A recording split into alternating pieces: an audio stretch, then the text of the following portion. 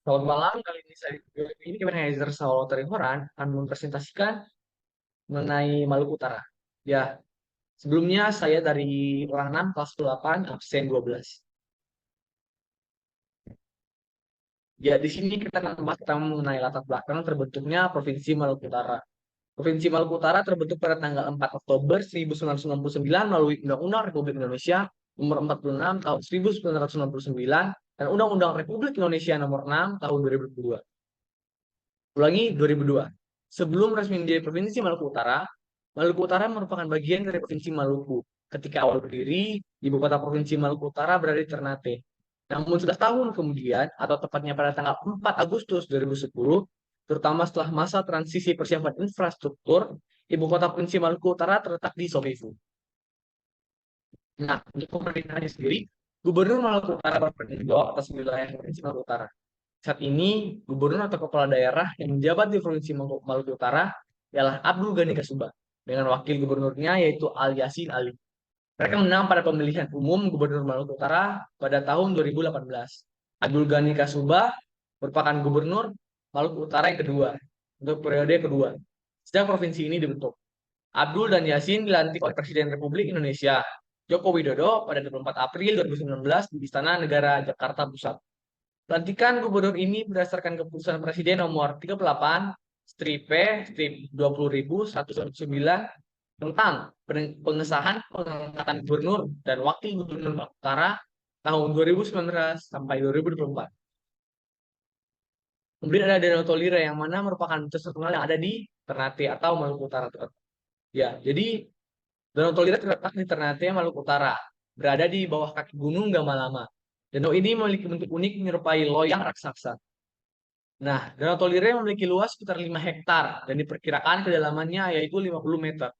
Namun hingga saat ini belum ada yang bisa mengukur kedalaman pasti dari Danau Tolire ini.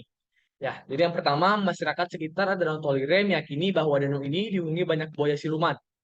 Menurut cerita masyarakat setempat, jauh sebelum terbentuk danau, kawasan ini adalah sebuah kampung yang masyarakatnya hidup sejahtera. Kampung ini kemudian mendapat kutukan dan tenggelam setelah seorang ayah di kampung tersebut kedapatan menghamili anak gadisnya sendiri. Nah, saat warga mengusir ayah dan anak dari kampungnya, terjadilah gempa besar yang membuat permukaan tanah amblas dan dipenuhi air. Masyarakat percaya bahwa orang-orang di kampung tersebut dikutuk menjadi buaya. Buaya inilah yang kemudian disebut sebagai penghuni Danau Tolire. Terlepas dari legenda tersebut, di Danau Tolire memang terdapat buaya yang hidup di dalam. Kemudian kedua, tempat harta karun kerajaan Ternate. Nah, mitos selanjutnya terkait Danau Tolire diyakini bahwa bagian dasar di danau ini dipercaya sebagai tempat harta karun milik kerajaan Ternate. Harta karun ini dimiliki masyarakat Kesultanan Ternate saat Portugis menjajah Ternate pada abad ke-15 yang sengaja dibuang ke danau agar tidak dirampas oleh tentara Portugis. Yang ketiga, di Danau Tolire tak pernah bisa dilempar batu. Meskipun tidak bisa mandi dan memancing di Danau Tolire, masyarakat tetap banyak yang berkunjung ke danau ini. Salah satunya yakini melakukan aksi lempar batu ke tengah danau. Pengunjung yang melempar batu atau benda lainnya ke danau, bagaimanapun kuatnya melempar, tidak akan pernah menyentuh permukaan air danau. Bagi pengunjung yang tidak percaya, dapat mencoba sendiri. Di sekitar danau terdapat beberapa penjual batu yang memang menyediakan untuk pengunjung. Nah, masyarakat setempat itu percaya bahwa batu yang dilempar tidak menyentuh permukaan air karena tertahan oleh kekuatan gaib dari dasar danau. Menurut penduduk setempat, kekuatan gaib diyakini datang dari buaya siluman yang ada dalam danau itu. Yang tadi itu ya. Kemudian budayaannya Maluku Utara sendiri. Yang pertama ada rumah adatnya itu rumah adat Sasadu. Rumah ini terletak di biasanya ada di Halmahera Barat sebagai rumah adat tradisional suku Sahu. Rumah ini dipakai sebagai tempat pertemuan dan pelaksanaan ritual makan adat Orom Sasadu yang biasa diadakan untuk syukuran panen padi. Rumah adat Sasadu Desa Gangkala dibuat pertama kali pada 1920. Keunikan dari rumah ini adalah perpindahan yang sudah terjadi 3 kali seiring perpindahan penduduk dari kampung Gua Gamdogora dan Gabono hingga ke lokasi sekarang ini. Kemudian terkait korom sesadu yang dijelaskan di atas, upacara ini dilakukan setahun sekali. Sesadu itu sendiri merupakan lambang dari perang terbalik atau Kangunga Tego-Tego. Upacara adat orang sesadu merupakan syukuran yang berlangsung 7 hari 7 malam. Orang sesadu merupakan satu keajaiban yang harus dilaksanakan sebagai ucapan syukur atas hasil panen sagu. Lalu untuk atapnya berasal dari anyaman daun pohon sagu. Nah, sasadu biasanya memiliki tiga fungsi utama, yaitu tempat pertemuan, tempat penyelesaian masalah, dan tempat pelaksanaan upacara adat. Kemudian ada pakaian adatnya yaitu Manteren Lamo. Kerajaan Ternate dan juga Tidore telah menetapkan sebuah aturan dalam pakaian adat yang digunakan oleh para raja dan juga ratu dalam kehidupan sehari-hari. Pakaian adat Maluku Utara yang digunakan oleh sultan atau raja tersebut bernama Manteren Lamo. Manteren kami merupakan pakaian adat yang terdiri dari jas tertutup dengan warna merah serta dilengkapi dengan 9 buah kancing besar yang terbuat dari perak. Sedangkan pada bagian ujung tangan leher,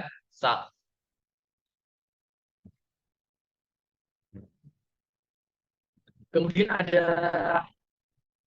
tariannya yakni Cakalele.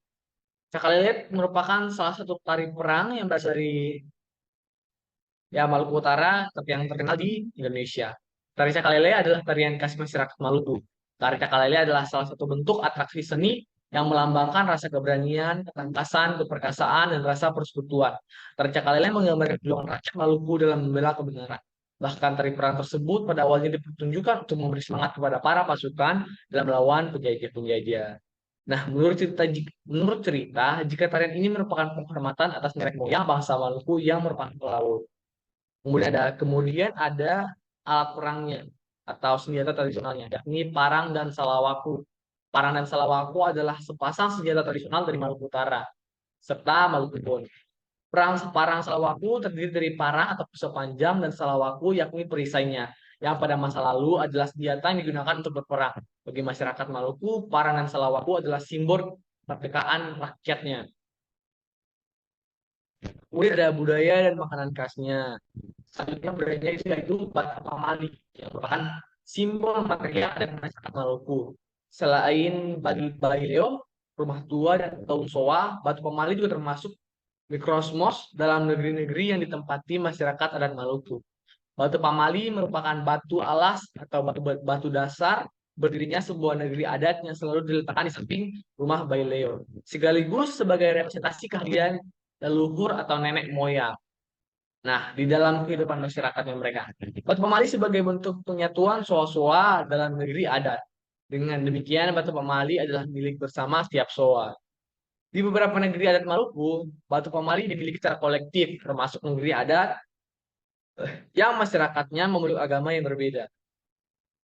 Seiring dengan perkembangan agama di masyarakat, terjadilah pergeseran praktik ritus dari keberadaan Batu Pemali. Dengan adanya Undang-Undang Nomor Tahun 1979, adat asli negeri-negeri diganti dengan penyeragaman sistem perintah desa. Kemudian ada makanan khasnya yakni pupeda. Pupeda merupakan makanan pokok sebagai sumber karbohidrat bagi masyarakat Tidore. Pupeda terbuat dari perasan pohon sagu yang disaring kemudian dimasak ke kental. Ini pupeda adalah makanan khas kami di Tidore. Mungkin pupeda juga makanan khas untuk kami di wilayah Indonesia Timur. Ungkap Umi. Nah, tekstur pupeda kental dan padat dengan rasa tawar sehingga bisa disajikan bersama sayuran, berkuah atau lauk pauk lain. Pupeda ini biasanya kita sajikan dengan kuah kuning, bisa ikan cakalang maupun ikan tuna, dan bisa menggunakan kuah soru. Nah, ini adalah daerah utara yaitu di Borneo. Nah, ya, bunyinya kira-kira orang tahu kiem madorari suba borero kira mote kare malinya bau gosa sonyingam bicara orang tahu asal lupa badan pira borero tosonyinga ime pira kie gulu gosa badan asing sara gate ifala tosone bako iya tosone tosonyinga borero.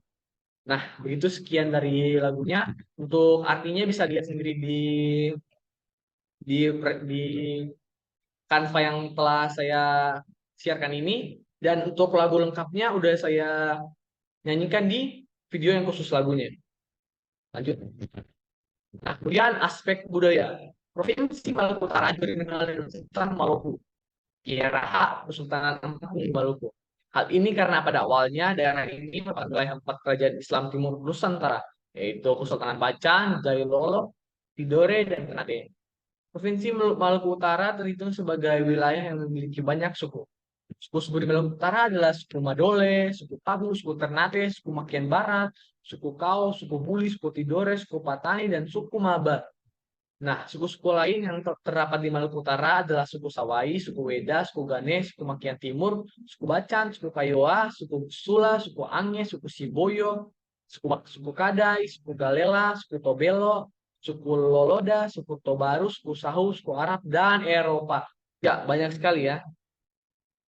Aspek geografisnya.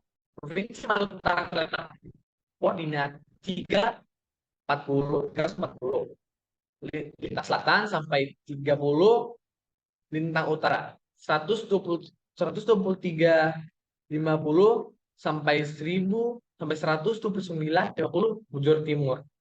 Nah, luas wilayah Maluku Utara sekitar 3,2 juta hektar dengan 2,5 juta hektar berupa hutan. Batas wilayah Maluku Utara adalah sebelah utaranya terdapat Samudra Pasifik, sebelah timur terdapat Laut Halmahera, sebelah barat terdapat Laut Maluku, serta sebelah selatan terdapat Laut Seram. Nah, wilayah Provinsi Maluku Utara ini akan dengan rasio daratan dan perairan sebanyak 24 dan 76. Jumlah gugus tugas mereka 300 buah dan 83% atau sekitar dari 321 pulau belum menghuni. Nah, Provinsi Maluku Utara terdiri dari 8 wilayah kabupaten dan 2 kota.